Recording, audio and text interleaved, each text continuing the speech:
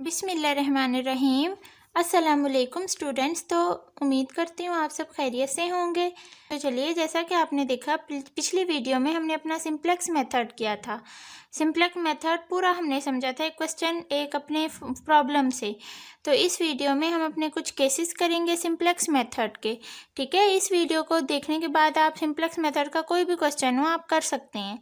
तो चलें स्टार्ट करते हैं। बिस्मिल्लाहिर्रहमानिर्रहीम। यहाँ क्वेश्चन नंबर ये 2 है। इससे पहले हम क्वेश्चन 1 कर चुके हैं, तो आप वो पहले देख लें तो आपको बहुत अच्छी समझ आएगी। ठीक है, उसका लिंक आप डिस्क्रिप्शन में आपको मिल जाएगा। इसके अलावा आप चैनल की प्लेलिस्ट में भी जाके उधर से क्वेश्चन रिसर्च के सारे मेथड देख सकते हैं उधर से भी। तो चलिए, क्वेश्चन नंबर 2 है ये। बिस्मिल्लाहिर्रहमानिर्रहीम।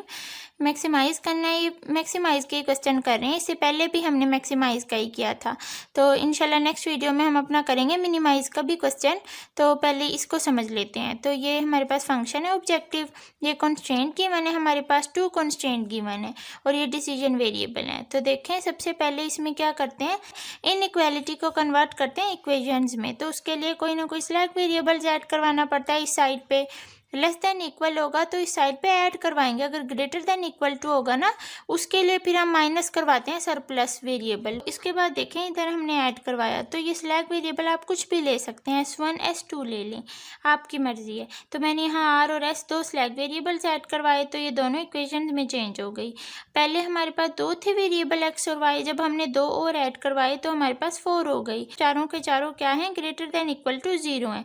तो ये स्लैक वेरिएबल्स हो गए। अब हमने सिंप्लेक्स टेबल बनाना है। तो यहाँ देखिए, मैंने फर्स्ट आइट्रेशन हम कर रहे हैं, ये मैंने फर्स्ट टेबल सिंप्लेक्स बना लिया है। किस तरह बनाते हैं, ये आपके पास बेसिक वेरिएबल है। अच्छा, इससे पहले ना मैं आपको बता दूं हम कौन कौन सी 2 केसेस स्पेशल केसेस कर रहे हैं सिंप्लेक्स मेथड के। फर्स्ट जो केस है वो ये होगा हमारे पास इसमें कि अगर आपके पास 0 सेलेक्ट करना पड़ जाए ना एंटरिंग वेरिएबल, तो उस केस में हमारे पास 2 मतलब सोल्यूशन आते हैं, 2 सोल्यूशन एग्जिस्ट करते हैं अगर हम 0 को as a entering variable select कर लें। और दूसरा केस इसमें ये होगा कि अगर आपके पास ये थीटा, ये जो रेशो की वैल्यूज़ होती हैं ना जिनको हम लिविंग वेरिएबल बोलते हैं, अगर ये रिपीट ये सेम आ जाए तो फिर हम अपने क्वेश्चन को किस तरह सॉल्व करें, फिर हम उस केस में क्या लें लिविंग वेरिएबल। तो चलें इसको देखें, टेबल वैसे ही सेम एज इट इज़ जैसे हमने पिछली वीडियो में बनाए। बेसिक वेरिएबल हमारे पास R और S जो हमने खुद से ऐड करवाए। ये X Y R S total variable 4 थे, उन चारों के हमने दोनों इक्वेशन में जो हमारे पास ये कोफिशिएंट्स थे ना इनके, तो वो हमने उनके नीचे लिख दिए। ये कौन से हैं, जो हमारे पास ऑब्जेक्टिव फंक्शन में इनके कोफिशिएंट थे ना वो लिखे हैं। किसमें, इधर इसमें 4 3 0 0 ये लिखे हैं। उसके बाद ये राइट हैंड साइड, वही इक्वेशंस की जो राइट हैंड साइड थी वो वाली लिखी। अब देखें ZJ किस तरह फाइंड आउट करते हैं, इसको मल्टीप्लाई इससे प्लस इसको मल्टीप्लाई इसके साथ, तो दोनों को जब ऐड किया तो 0, चूंकि ये दोनों 0 हैं तो आपके पास 0 0 आएंगे। उसके बाद CJ माइनस ZJ करते हैं हम, तो CJ आपके पास ये है, ZJ ये है, तो माइनस करें तो आपके पास 4 3 0 0 मतलब CJ ही आ जाएगा। अब हमने इधर से एंटरिंग वेरिएबल सेलेक्ट करना है, तो एंटरिंग वेरिएबल हम कौन सा लेते हैं, जो मैक्सिमम और पॉजिटिव हो। तो चूंकि क्वेश्चन मैक्सिमाइज का है तो हम मैक्सिमम और पॉजिटिव वैल्यू लेंगे। तो positive value, most positive value कौन सी है, 4 है, तो 4 as a entering variable select हो गया। और इसके रिस्पेक्ट में अब ये वाली जो कॉलम है ये एंटरिंग कॉलम है। एंटरिंग वेरिएबल सेलेक्ट करने के बाद अब हमने लिविंग वेरिएबल देखना है, तभी तो हमें अपना पिवट एलिमेंट मिलेगा।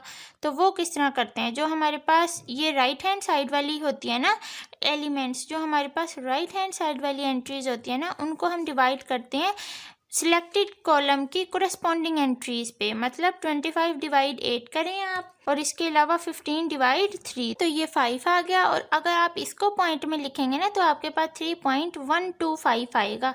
अब देखें इधर से लिविंग वेरिएबल हम कौन सा सिलेक्ट करते हैं, उसे सिलेक्ट करते हैं जो आपके पास मिनिमम हो बट पॉजिटिव। ठीक है, इसमें आपने ये नहीं देखना कि मैक्सिमम का है या मिनिमम का है फंक्शन, इसमें आपने चाहे मैक्सिमाइज का हो फंक्शन चाहे मिनिमाइज का हो, आपने मिनिमम और पॉजिटिव सेलेक्ट करनी है। तो ये जो 3.125 है ना ये मिनिमम भी है और पॉजिटिव भी है। तो अब इन दोनों का कॉमन एलिमेंट क्या है, 8 है। तो ये 8 को मैं इस तरह बॉक्स में कर दूंगी, आप सर्कल लगा लें। तो अब ये मेरे पास क्या है, पिवट एलिमेंट है या आप इसको की एलिमेंट बोल सकते हैं जी। अब हमने क्या करना है, इस 8 को 1 बनाना है। उसके लिए हम क्या करेंगे, पूरी रो को इसको डिवाइड कर देंगे 8 से। तो यहाँ मैं लिख रही हूँ, इधर हम ऑपरेशन लगाएंगे 1/8 R1 के। R1 को 1/8 से मल्टीप्लाई कर दो। तो जब आप इधर तक इस रो को मल्टीप्लाई करेंगे ना, तो आपके पास यहाँ देखें क्या आ जाएगा। तो आपके पास यहाँ 1 आ जाएगा, इधर 3/4, यहाँ आपके पास 1/8 आ जाएगा और यहाँ आपके पास 0 आ जाएगा।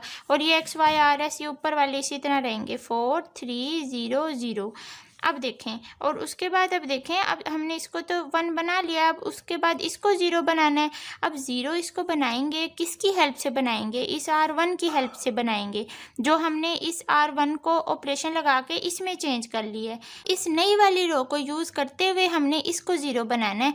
तो हम ऑपरेशन लगाएंगे R2 - 3R1। तो ये देखें, अब R2 ये ना आपके पास 3 - 3 इंटू R1 क्या हो गया 1। तो आपके पास यहाँ क्या आ जाएगा 0 बन जाएगा। इसी तरह 4 - 3 इंटू R1 हमारा क्या निकले 3/4। तो जब आप सॉल्व करेंगे तो आपके पास 7/4 आ जाएगा। इसी तरह 0 - 3 इंटू R1 क्या है 1/8।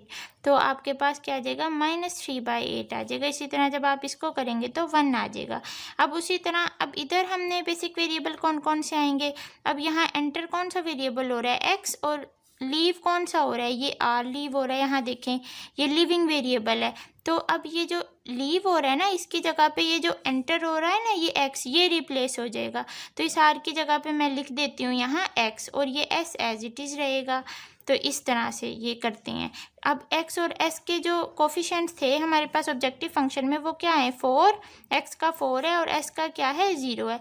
तो वो मैंने यहाँ लिख दिया। अब उसी तरह सेम वही काम जो हम कर चुके हैं, cj - zj फाइंड आउट करेंगे। पहले zj क्या होगा, तो ये 3 आ जाएगा। इसी तरह इनको करेंगे तो ये आपके पास 1/2 आ जाएगा और ये 0 आ जाएगा। अब cj - zj 4 - 4 0, 3 - 3 0, 0 - 1/2 -1/2 और 0 - 0 क्या आ गया 0 आ गया। सॉरी, ये यहाँ साथ ये भी लिखना था, ये वो रो पे क्या लगाई थी 8 से डिवाइड किया था, तो ये बन जाएगा 25/8। और इसी तरह इधर क्या आ जाएगा R2 आपके पास क्या है ये 15 - 3 इंटू R1 25/8। तो R1 की जगह 25/8 जब आप सॉल्व करेंगे तो यहाँ क्या आ जाएगा 45/8 आ जाएगा। अब हमारा कंप्लीट हुआ है। अब देखें यहाँ आप सोच रहे होंगे हमारा क्वेश्चन टर्मिनेट हो गया, हमारी जो सिंप्लेक्स मेथड है वो स्टॉप हो गया है। तो देखें इस तरह भी है, आप ठीक सोच रहे हैं। क्यों, क्योंकि हम जो एंटरिंग वेरिएबल लेते हैं ना वो नॉन बेसिक में से लेते हैं। जिस तरह ये x और s है ना यहाँ बेसिक वेरिएबल, तो इनको छोड़ के हमने नॉन बेसिक में से लेना है। इनको नहीं ले सकते एंटरिंग वेरिएबल y और r जो नॉन बेसिक है उनमें से हमको ये एक चूज़ करते हैं। तो उसमें से भी देखें -1/2 तो हम ले नहीं सकते क्योंकि एंटरिंग वेरिएबल लेते हैं मोस्ट पॉजिटिव। क्यों, क्योंकि क्वेश्चन है मैक्सिमाइज का, तो ये नेगेटिव तो ले नहीं सकते। तो अब ये इसमें से 0 है मोस्ट पॉजिटिव, ठीक है। तो ये अब हम एंटरिंग वेरिएबल सेलेक्ट करेंगे। अब देखें जो फर्स्ट केस मैंने आपको बताया था उसके निकल रहे हैं हमारे पास डबल, मतलब 2 आंसर निकलेंगे। तो पहले मैं पहला आंसर लिख लेती हूँ इसका, जो कि यहाँ आपका स्टॉप हो चुका है, टर्मिनेट हो चुका है। ये उस केस में है जब आप 0 को एंटरिंग वेरिएबल सेलेक्ट करते हैं। अगर आप नहीं करेंगे सिलेक्ट, अगर आप इसको नहीं लेंगे एंटरिंग वेरिएबल, तो आपका क्वेश्चन यही सॉल्व हो गया। और अगर आप लेंगे तो फिर आपके पास इसका दूसरा आंसर आएगा। तो इधर से पहले एक सोल्यूशन लिख लेती हूँ। तो मेरे पास यहाँ से x की वैल्यू क्या है 25/8, तो यहाँ मेरे पास x आया है 25/8 और y कितना है, क्योंकि हम तो अपने डिसीजन वेरिएबल लेते हैं x y, तो यहाँ y है ही नहीं हमारा, तो y 0 लेंगे। और z किस तरह निकालते हैं, 4 को मल्टीप्लाई करवाएंगे इससे प्लस 0 को मल्टीप्लाई करवाएंगे इससे। तो जब आप करेंगे ना तो आपके पास यहाँ z आ जाएगा इक्वल टू 25/2। तो ये हमारे पास एक सोल्यूशन निकल गया है। तो इसी तरह मैं जो थर्ड आइट्रेशन के लिए 0 एंटरिंग वेरिएबल सेलेक्ट करके जो टेबल बनाने लगी हूँ, तो ये कोफिशिएंट ऑफ बेसिक वेरिएबल, यहाँ हमारे पास बेसिक वेरिएबल होते हैं और यहाँ मेरे पास थीटा होता है, या आप इसको रेशो कह लें जी। तो देखें मैंने टेबल बना लिया। उससे पहले अब हम पहले लिविंग वेरिएबल तो देख लें। जो राइट हैंड साइड वाली होती है उनको डिवाइड करते हैं जो सिलेक्टेड कॉलम है इसके कोरेस्पॉन्डिंग एंट्रीज पे। तो 25/8 डिवाइड 3/4 आप करेंगे तो आपके पास आएगा 4.16। इसी तरह 45/8 डिवाइड करेंगे 7/4, ठीक है, इसकी कोरेस्पॉन्डिंग यही है ना, तो हमारे पास आएगा 3.21। तो अब इस दोनों में से मिनिमम और पॉजिटिव कौन से है? 3.21। तो जो 3.21 है इसको हम क्या ले लेंगे? As a leaving variable. ठीक है, तो ये जो अब एंट्रिंग कॉलम है और ये जो लिविंग रो है, इनके जो कॉमन एलिमेंट है वो है 7/4। तो अब इस 7/4 को हमने क्या करना है? 1 बनाना है। तो इस पर अब रो ऑपरेशन लगाएंगे। तो इस 7/4 को क्या करना है? 1 बनाना है। तो अब इस पे क्या करेंगे? रो ऑपरेशन लगाएंगे। तो क्या करेंगे? R2 को मल्टीप्लाई करवाएंगे 4/7 के साथ। तो देखिए फिर ये R2 क्या बन जाएगी जब हम मल्टीप्लाई करवाएंगे। तो इधर जब मल्टीप्लाई है तो 0 का 0, ये आपके पास 1 हो जाएगा। -3/14 आ जाएगा यहाँ 4/7। क्यों? क्योंकि यहाँ 1 है। इससे मल्टीप्लाई तो करवा रहे हैं रो 2 से, और जब 45/8 से मल्टीप्लाई करवाएंगे तो आपके पास आ जाएगा 45/14। और इसी तरह अब देखें, अब यहाँ से एंटर y हो रहा है, लीव क्या छोड़ के कौन सा जा रहा है? x जा रहा है। तो यहाँ इस s की जगह पे ना ये y रिप्लेस हो जाएगा, y आ जाएगा इधर। तो x फर्स्ट वाला इसी तरह, और यहाँ y आ जाएगा। x और y की जो हैं वो कोफिशिएंट्स वो इस साइड पे लिखेंगे। अब देखें, अब हमने इसको 1 बनाया तो इसके ऊपर अब इसको 0 बनाना है। इसमें चेंज आएगा, रो 1 में चेंज आएगा। किसकी रिस्पेक्ट से? इस रो 2 की रिस्पेक्ट से, जो हमारी 1 हो चुकी है। यहाँ देखें, इसकी रिस्पेक्ट से हमारा इस रो 1 में चेंज आएगा। तो हम क्या ऑपरेशन लगाएंगे? R1 minus 3/4 R2। ठीक है, 3/4 और R2। जब आप ये ऑपरेशन लगाएंगे ना इस पूरी रो के ऊपर, तो आपके पास यहाँ जो वैल्यूज़ आएंगी वो मैं लिख रही हूँ 1 0 2/7। जब आप लगाएंगे ना आपको आ जाएगा -3/7 और यहाँ आ जाएगा 5/7। अब वही काम अब हमने ZJ फाइंड आउट करना है, CJ minus ZJ find out करना है। आई थिंक आपको इस रो की समझ आ गई हो कि हम किस तरह ऑपरेशन लगाते हैं। देखें, रो इसको 0 बनाने के लिए हमने ये ऑपरेशन लगाया है। मतलब देखें ये 1 है ना, देखें हम 1 माइनस 3/4 और R2 अब हमारे पास नई वाला क्या निकला है? 0। तो ये आ जाएगा। ठीक है, इसका जो सोल्व करके आंसर आएगा उसको हमने इसकी जगह पे लिखना है, इस नेक्स्ट आइट्रेशन के टेबल में, नेक्स्ट टेबल में। उसके बाद देखें अब रो 1 नेक्स्ट क्या है? 3/4। तो यहाँ देखें 3/4 माइनस 3/4 और रो 1 हमारे पास, रो 2 हमारे पास क्या है? 1, इसका एलिमेंट तो ये। उसके बाद देखें नेक्स्ट क्या है? 1/8 R1। तो ये 1/8 माइनस 3/4, रो 1 क्या है? -3/14। ठीक है, उसके बाद नेक्स्ट देखें रो 1 हमारे पास क्या है? 0। तो यहाँ लिखें 0 माइनस 3/4 और रो 2 हमारे पास क्या है? 4/7। तो यहाँ 4/7। इसी तरह आप कर देंगे 25/8 माइनस 3/4 और R2 आपके पास क्या निकला है? 45/14। तो 45/14। तो जब आप इनको सॉल्व करेंगे ना इसका आंसर 1 आएगा, इसका 0 आएगा, इसका 2/7 आएगा, इसका -3/7 आएगा और इसका 5/7 आएगा। तो इस तरह से मैंने ये रो लिखी है। तो अब ZJ देखें, 4 × 1 + 3 × 0 तो 4 3 आ जाएगा। ये 4 को इससे मल्टीप्लाई किया प्लस 3 को इससे मल्टीप्लाई किया तो 1/2 आ जाएगा। इसी तरह इसको इसके साथ और इसको इसके साथ मल्टीप्लाई दोनों को ऐड किया तो आपके पास 0 आ जाएगा। उसके बाद CJ माइनस ZJ करते हैं तो 4 - 4 0, 3 - 3 0, -1/2 तो 0 - 0 0। थर्ड आइट्रेशन है वो कंप्लीट हुई। अब यहाँ मज़े की बात ये आपके पास सोल्यूशन आ गया, या आपके पास सेकंड सोल्यूशन आया जब आपने 0 का एंट्रिंग वेरिएबल सेलेक्ट किया तो आपके पास दूसरा सोल्यूशन आया है। फर्स्ट तो हमारे पास ये आ गया था, इस टेबल से हमारे पास सोल्यूशन यहाँ एंड हो गया है, लेकिन जब हमने 0 को एज एंट्रिंग वेरिएबल लिया तो आपके पास यहाँ से एक दूसरा आंसर आया। तो इसी को कहते हैं डुअल, मतलब सिंप्लेक्स के 2 आंसर आ रहे हैं, एक से ज़्यादा आ रहे हैं, डबल आंसर आ रहे हैं। तो देखें इधर से x = क्या है, यहाँ मैं नीचे लिख रही हूँ 5/7 और हमारे पास y है = 45/14। तो यहाँ से z = किसके आ जाएगा मेरे पास 25/2 के।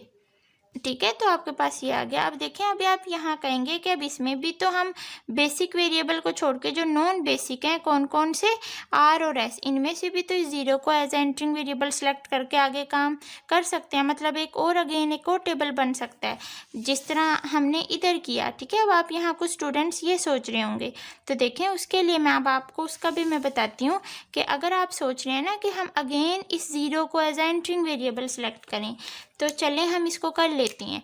ठीक है, अगेन इसको एंटरिंग वेरिएबल सेलेक्ट करते हैं जो हम मोस्ट पॉजिटिव लेते हैं। तो इस हिसाब से अब इसको इस पे डिवाइड करो, इसको इस पे डिवाइड करो, तो लिविंग वेरिएबल आपके पास जो आएगा, पॉइंट में लिखें तो आपके पास 5.625 आएगा। अब देखें इसमें से हम मिनिमम और पॉजिटिव वैल्यू सेलेक्ट करते हैं एज अ लिविंग वेरिएबल। तो पॉजिटिव वैल्यू तो हमारे पास यही है, ये तो नेगेटिव है, इसको तो हम ले ही नहीं सकते, तो इसको नहीं ले सकते। हमारे पास यहाँ से लिविंग वेरिएबल आ जाएगा ये 45/8। कॉमन एलिमेंट है वो आपके पास आ रहा है 4/7। अब आप सोच रहे होंगे इधर से हमें डिफरेंट आंसर मिलेगा, लेकिन देखिए अभी मैं अब नेक्स्ट आपको टेबल बना के दिखाती हूँ। इसको 1 बनाऊंगी, ऑपरेशन लगाऊंगी, फिर इसको 1 बना के इसको 0 बनाऊंगी। तो जब आप करेंगे ना तो आपके पास अगेन पता है कौन सा टेबल बनेगा, यही वाला, सेम यही वैल्यूज़ आएंगे, मतलब यही टेबल रिपीट होगा। इसी तरह अब अगर हम आगे करते जाएंगे ना तो हमारे पास यही 2 टेबल्स रिपीट होते जाएंगे और इन्हीं 2 टेबल से हमारे पास यही 2 सोल्यूशन आते जाएंगे, एक ये और एक ये जो हमने निकाला है। तो मैं ये अभी नेक्स्ट पेज पे आपको ये बना के दिखाती हूँ, देखना सेम एज इट इज़ यही टेबल बनेगा सेम। इसको 1 बनाने के लिए क्या करेंगे, इस रो 2 को मल्टीप्लाई कर देंगे 7/4 से, तो आपके पास यहाँ 1 आ जाएगा, यहाँ भी कोई ना कोई एंट्रीज आ जाएंगी। और उसके बाद इसको अब 0 बनाना है, तो 0 बनाने के लिए हम क्या करते हैं, जिसमें चेंज आ रहा है और जिसकी रिस्पेक्ट से चेंज आ रहा है तो वो उस हिसाब से ऑपरेशन लगेगा, R1 + 3/7 R2। ठीक है, तो नेक्स्ट देखें मैंने बना लिया टेबल, तो आपके पास कुछ ऐसा आया है। ठीक है, अब देखें आप देख रहे हैं कि ये table same as it is जो सेकंड आइट्रेशन वाला था ना, ये वाला सेम एज इट इज़ इस जैसा है। ठीक है, उसी हिसाब से ये x और यहाँ s है। तो नेक्स्ट देखें फोर्थ आइट्रेशन जब हमने की x और s, और ये 0 0 -1/2 0, तो यहाँ भी देख लें वही है सारा कुछ। तो इसी तरह ना अगर आप आगे नेक्स्ट फिर सॉल्व करेंगे तो आपके पास फिर अगेन ये टेबल मिलेगा। तो मतलब क्या हुआ कि आपके पास यही 2 सोल्यूशन आते जाएंगे। तो देखें इसी तरह से हमारे पास सेम एज इट इज़ वो टेबल आया। अब आप सॉल्व करते जाएंगे तो रिपीट होते जाएंगे। तो ये हमारे पास डुअल मतलब 2 सोल्यूशन निकले हैं, एक ऑप्टिमल सोल्यूशन उस सेकंड आइट्रेशन के टेबल से ये, और ये एक इससे इस टेबल से हमारे पास जो सोल्यूशन निकला वो ये है। कि अगर आपको इस तरह से किसी भी टाइप का क्वेश्चन आ जाए जिसमें 0 को as a entering variable select करना पड़े तो उसके हमारे पास इस तरीके से 2 आंसर्स आते हैं। अब हम दूसरा देख लेते हैं जिसमें हमारी थीटा की वैल्यू जो है वो सेम आ जाती है। If the value of theta और मिनिमम रेशो क्या आ जाए, सेम आ जाए। तो ये क्वेश्चन है वही ऑब्जेक्टिव फंक्शन, मैंने एक ऐसा क्वेश्चन लिया है जिसमें थीटा की वैल्यू सेम आएगी। तो ये वही सारा काम मैक्सिमाइज किया, इक्वेशंस में कन्वर्ट किया, स्लैक वेरिएबल्स इंट्रोड्यूस करवा के।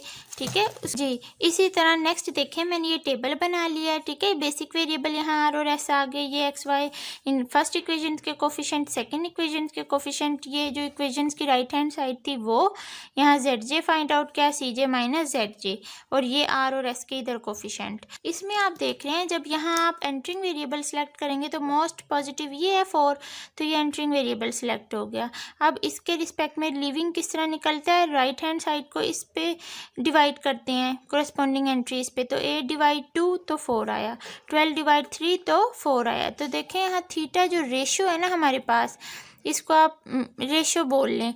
ठीक है, तो जो रेशो की वैल्यू है ना वो हमारे पास सेम आ रही है। अब हम क्या करें, अब हमें तो पता ही नहीं चल रहा कि इसको लिविंग वेरिएबल लेना है इसको लेना है। तो इस केस में आप क्या करेंगे, आपके पास 4 सेम आ रही है ना, तो जो वैल्यू आए ना उसको फिर आपने अगेन इसकी कोरस्पॉन्डिंग एंट्रीज पे डिवाइड करना है।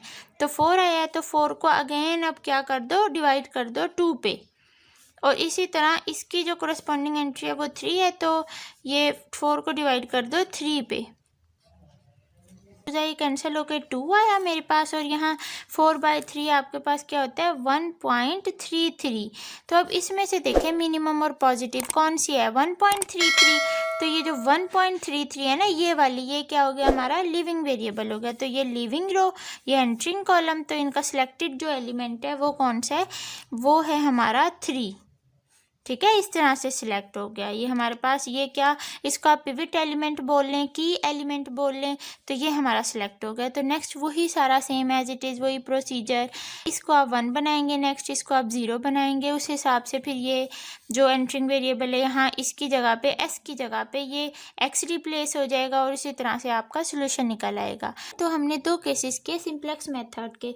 तो अब देखें आपके पास कोई भी क्वेश्चन आ जाए, सिंपली मैं बात कर रही हूँ अभी सिंप्लेक्स मेथड की, तो वो आप अटेम्प्ट कर सकते हैं आप। तो आई होप कि अब आपको कोई प्रॉब्लम ना हो, और अगर फिर भी कहीं भी कोई डाउट हो या कोई कन्फ्यूजन हो तो कमेंट्स में पूछ सकते हैं। मैं पूरी कोशिश करूँगी आपको रिप्लाई दूँ। तो नेक्स्ट वीडियो तक अपना ढेर सारा ख्याल रखें, दुआओं में याद रखें, और अगर वीडियो अच्छी लगती है, समझ आती है तो लाइक कर दिया करें, सब्सक्राइब कर लिया करें चैनल को। नेक्स्ट वीडियो में मिलते हैं। अल्लाह हाफिज़।